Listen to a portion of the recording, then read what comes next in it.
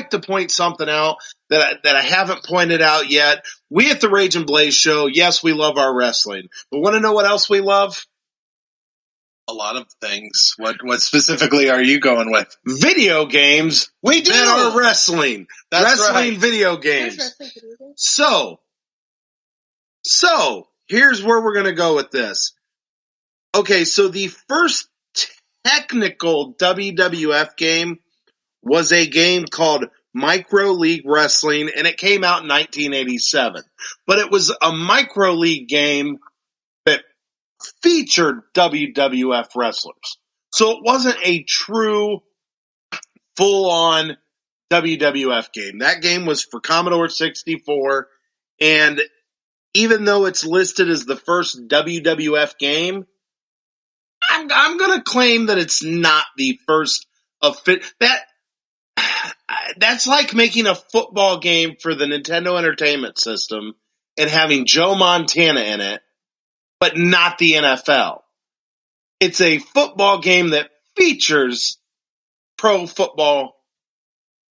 Get where I'm going with this analogy? Fair enough. And this has happened throughout history with football games, with wrestling games even. Later on, you had the Legends of Wrestling series that was not a WWF game, but they got certain wrestlers that were no longer affiliated with the WWF to join. So you had Hogan, Sting, Andre. You had certain wrestlers on that game, but it was not an official WWF game. So in my opinion, Micro League Wrestling was a game that there was several different other like Micro League Football, Micro League I would assume nobody like quote me on this. They had sports titles. So fair enough. Micro League series, kind of like how Sega had the 2K series originally. There was the 2K basketball, 2K football. Mm-hmm. They had all the 2K series, and they had all the different sports. That's what Micro League did. They had different sports.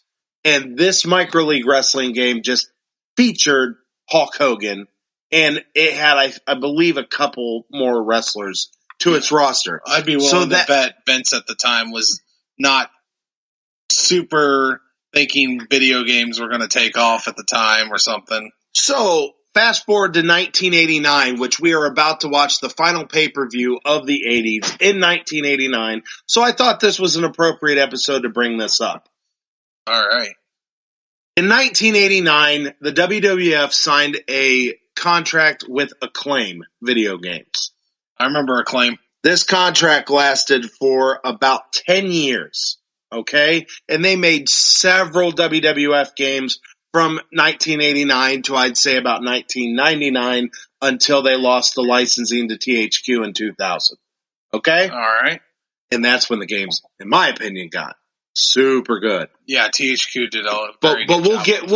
We'll get to those video games when we get to those years. That's my idea. But we love our love for video games, so we would like to point out the video game history of wrestling. So the first game Acclaim released was WWF WrestleMania, which was also made by Rare. Ooh. We all know Rare. Rare originally was a part of Acclaim, and then they broke off, made their own, gaming and everything, and Nintendo bought them out and had them work for them. But at the time, Rare worked for Acclaim. And it was called WWF WrestleMania. You could wrestle with 6 wrestlers. Hulk Hogan, Andre the Giant, Macho Man Randy Savage, the $1 Million Man Ted DiBiase, and Bam Bam Bigelow. Every character had pretty much your normal movesets: punch, kicks, headbutts, running attack. You could get on the turnbuckle and jump, although Andre the Giant and Bam Bam Bigelow was not allowed to do that. Well, you could do body slams, although Bam Bam Bigelow and Honky Tonk Man could not do that. Why, I don't know. But anyhow, it was a very basic, if anybody's played on the Nintendo Entertainment System, this was an 8-bit wrestling game. It's got some nostalgia.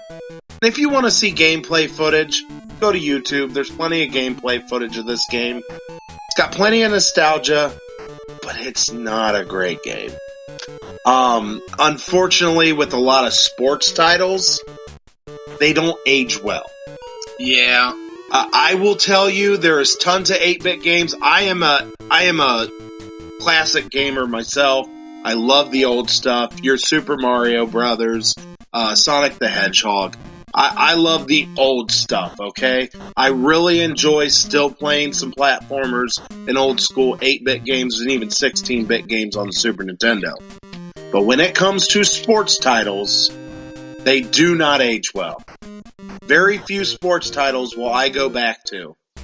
There's a few 64 wrestling games I would go back to, though. Well, that was a little different. You got the 3D models and things. The THQ wrestling games was amazing. The WCW games, the WWF games that THQ made was absolutely amazing. Yeah, WCW I agree versus NWO. Yeah. I believe WWF WrestleMania 2000. Yeah, that one was great. WWF No Mercy. Yeah.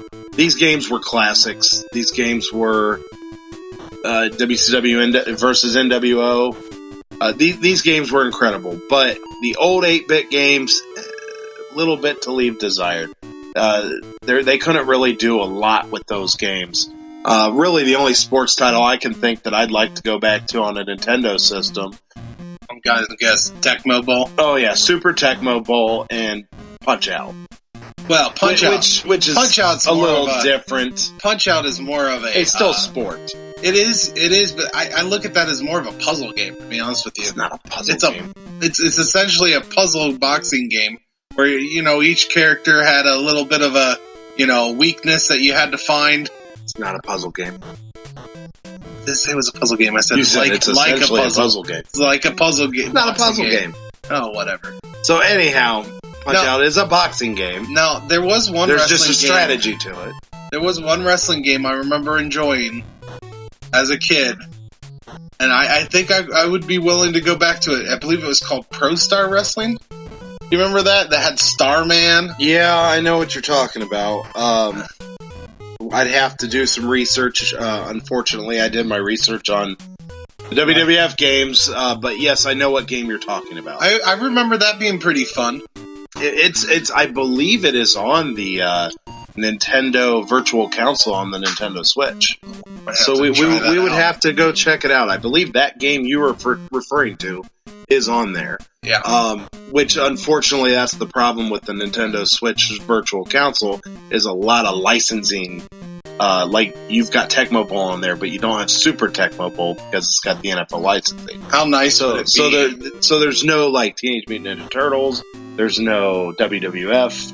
There's a lot of the licensing issues with that virtual console. How cool would it be if we could find all these wrestling games that you're going to talk about and we could try them before we talk about them? Oh, I watched a YouTube video to remind me, and I do remember playing the game. Oh, okay. So you did a little bit of... Unfortunately, I do not have access to play it currently. I don't know how I would be able to get a hold of playing it, but that would be a blast to be able to break out these old wrestling games before we do this. Mm-hmm. Heck, we could do a whole different podcast reviewing old wrestling games. Yeah. But unfortunately, they're not as accessible as these pay-per-views that we are watching. Yeah. Too bad WWE Network doesn't include video games on it. There you go, WWE. If you're listening, Vince, want to make some more money? What you thinking? Talk to Microsoft. They've been trying to add to that Game Pass. They just bought Bethesda. Dude, they just added EA Access to, or EA Play. They added that to Game Pass. Why don't you hook them up with all the WWF games? The problem with that is... It'd be awesome. A lot of those are Nintendo games. Well, a lot of them are Acclaim. Then there's THQ. So you've got your issues with the licensing. Yeah. Okay, so I'm looking at my producer, and she's saying it's time to move on. And so we are going to definitely start getting into the action. Let's get started with Survivor Series 1989. Yeah, I'm excited.